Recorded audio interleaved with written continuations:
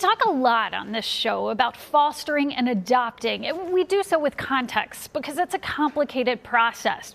As it turns out, a Bloomington man is a national leader when it comes to adoption, trauma, and healing. Here is Cameron Small's story.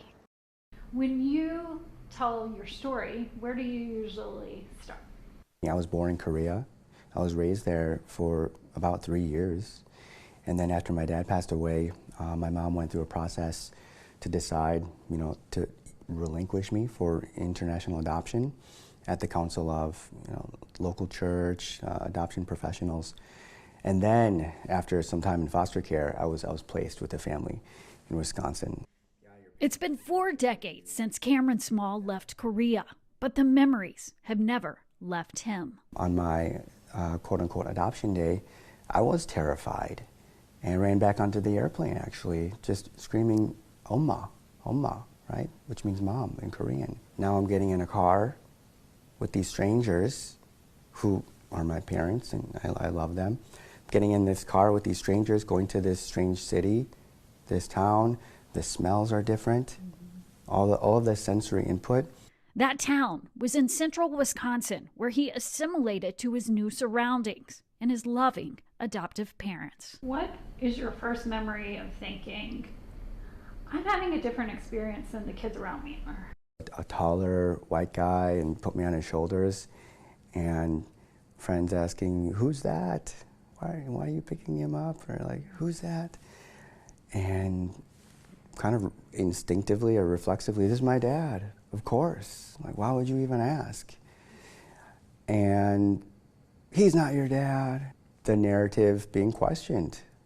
Why are you two together? That's when I started to realize something's different about our family.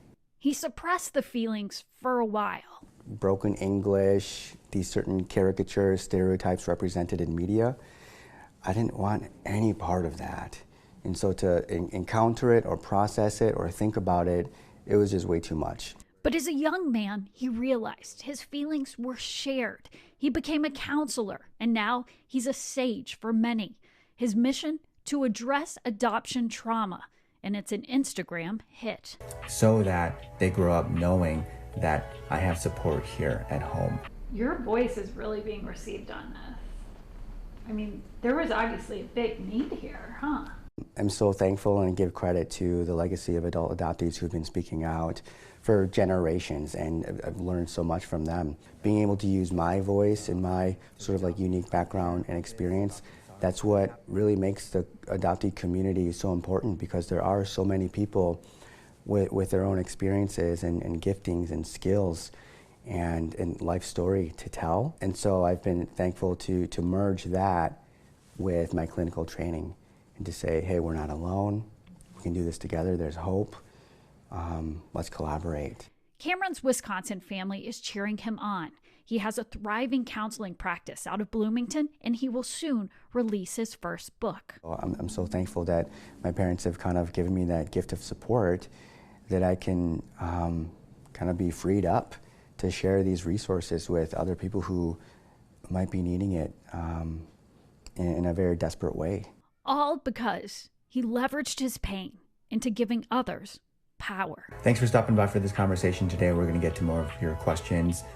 The more insight that we have about ourselves, it actually gives us a stronger sense of empathy that we can have for others. Thanks so much for trusting me with that. See you soon. Cam has a practice and an Instagram page called Redeemed Therapy. He is based in the South Metro, but he works with people all around the U.S., just letting them know they're not alone. His debut book will come out soon, and he'll be back in our studio to talk about adoption awareness.